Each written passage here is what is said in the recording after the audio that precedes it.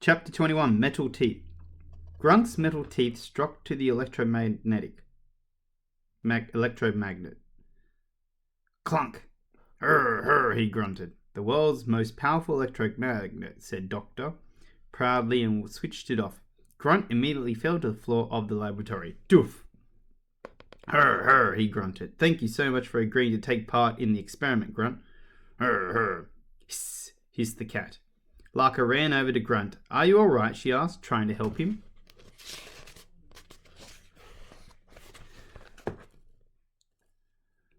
But he just slapped her hand away. Slap. Hurr. Now at the front of the laboratory, Larka spotted a boy in detention. Spod. Her friend was sitting motionlessly on the stool, his face devoid of expression. Spod, it's Larka, she said, but he didn't react in any way. What has happened to you? Spod said nothing. He didn't even blink. He had those strange spiral glasses Grunt had been wearing. Zombified him. Larka turned to Doctor. What have you done to Spod? And where's Bug? She demanded. You told me he was here. The teacher chuckled to herself. Ha, I don't see what's so funny, said Larka. What's funny is that Bug is right here, isn't he, Grunt? Grunted Grunt.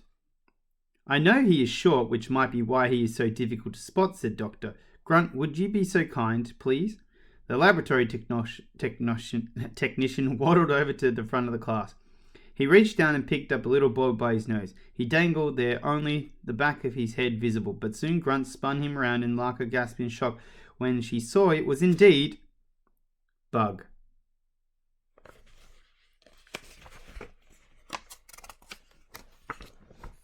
Chapter 2.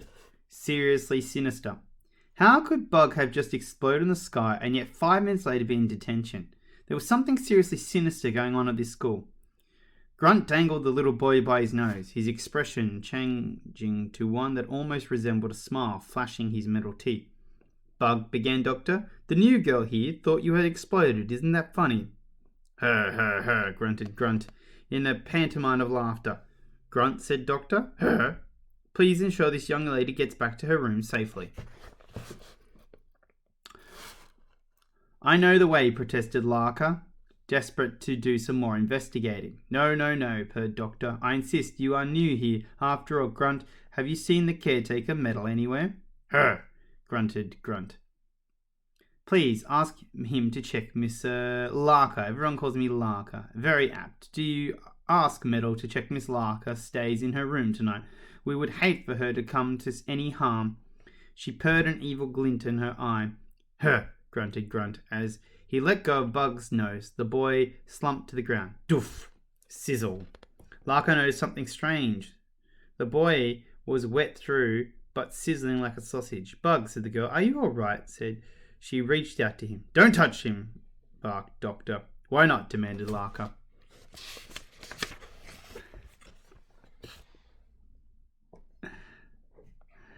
This wretched boy is riddled with fleas. That is why he is so hot. You can't stop scratching himself. Larka made a dash for Bug. Grunt seized her, barked Doctor. Huh, grunted Grunt, pacing towards the girl. Larka was terrified. She backed away from the brute and cowered behind one of the stools, using his big hands, which were more like paws. The laboratory technician whacked the stool out of the way. Thwack! It flew across the room, narrowly missing the top of Spod's head before smashing into pieces against the wall. Boom! Then Grunt picked up the girl by both ears. I am perfectly happy to walk, said Larka as she was carted to the room. Stomp, stomp, stomp.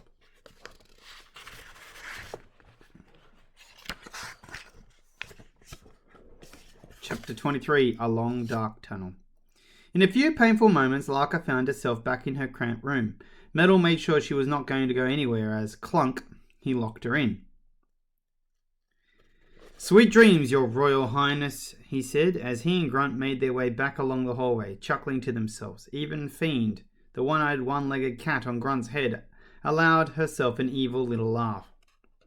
Hiss, hiss, hiss. Fiend was without doubt the evilest cat in the world. Other notable malevolent moggies include Podge, a cat who ate a small dog for breakfast, lunch and dinner, and a big dog for Sunday lunch with all the trimmings. Bandit, a cat who stole so much money from its owners that it had its own cat house built that was much bigger than theirs. Gnaw, a cat who took great delight in chewing the toes of its owners. Boo, a cat who bared its fangs and hissed at old ladies who tried to stroke it. The poor souls would run a mile. Spoil, a cat who would rip all furniture to shreds with its claws as soon as its owners left the house and blame it on a puppy.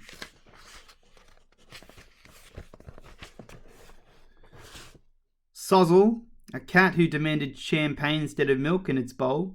Blot, a cat who loved ruining children's parties by scoffing all the jelly and ice cream, ripping open the parcel, and popping all the balloons with its claws. Spit, a cat who took great pleasure in coughing up fur balls onto your dinner plate. Larka clutched her boiling hot ears, still ringing from the pain of being carried by them. Down, but not out. She was more determined than ever to discover what was really going on in the cruel school. She climbed up to look through the tiny window. From there she could see the roof of the library. It was getting dark, but she could spot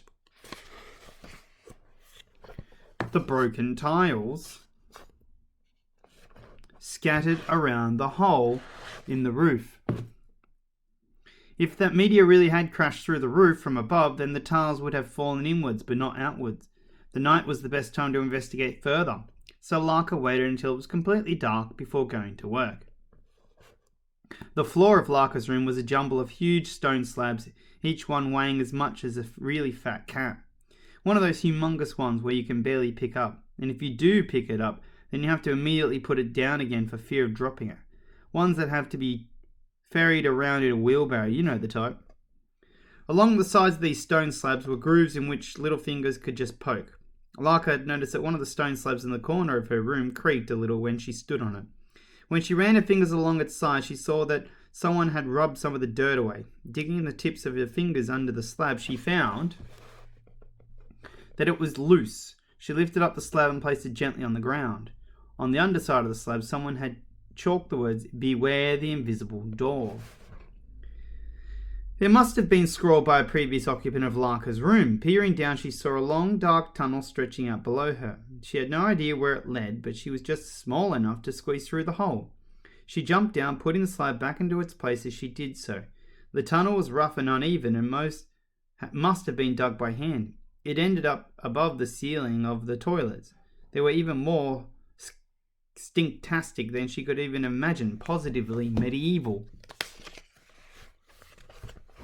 Stinkometer. Runny cheese, sweaty socks, rotten cabbage, used tissue, a bucket of rabbit droppings, 100-year-old yogurt, a hippopotamus burp, a hippopotamus's bottom fart, and the cruel school toilets. Larka lifted one of the wooden ceiling panels and slid down through the gap. Balancing precariously as one of the damp toilet seats, she pulled the panel back into place. As she did so, her foot slipped off the seat and she ended up plunging into the bowl. Splosh. Larka winced as she felt the wetness cling to her. Goodness knows what was in there. She was sure the cruel school kids never flushed the toilet. In fact, when she reached for the chain to pull herself back up, she realized it wasn't even there. Larka yanked her foot out of the U-bend and scuttled over to the toilet door, leaving a trail of bog water in her wake. Splat, splat, splat. The door opened on to the castle's central courtyard. Immediately, Larka could feel the spray of salt water from the sea on her face. Her destination was the Library of Doom. She wanted to investigate the damage of the roof further. If she could prove the hole wasn't made by a meteor, then this would point the finger of suspicion at Dr. Doctor. Larka kept close to the stone walls to stay out of sight. It was deadly dark now, but the castle was illuminated by a haunting low moon.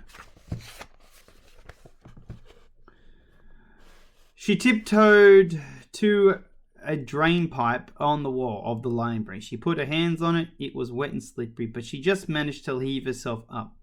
Then she felt something or someone looming behind her. A hand came down on her shoulder. Frozen in fear, Larka opened her mouth, but couldn't let out a scream. Chapter 24. We'll look at this for our next reading. All right. Look forward to reading on with you. Bye for now.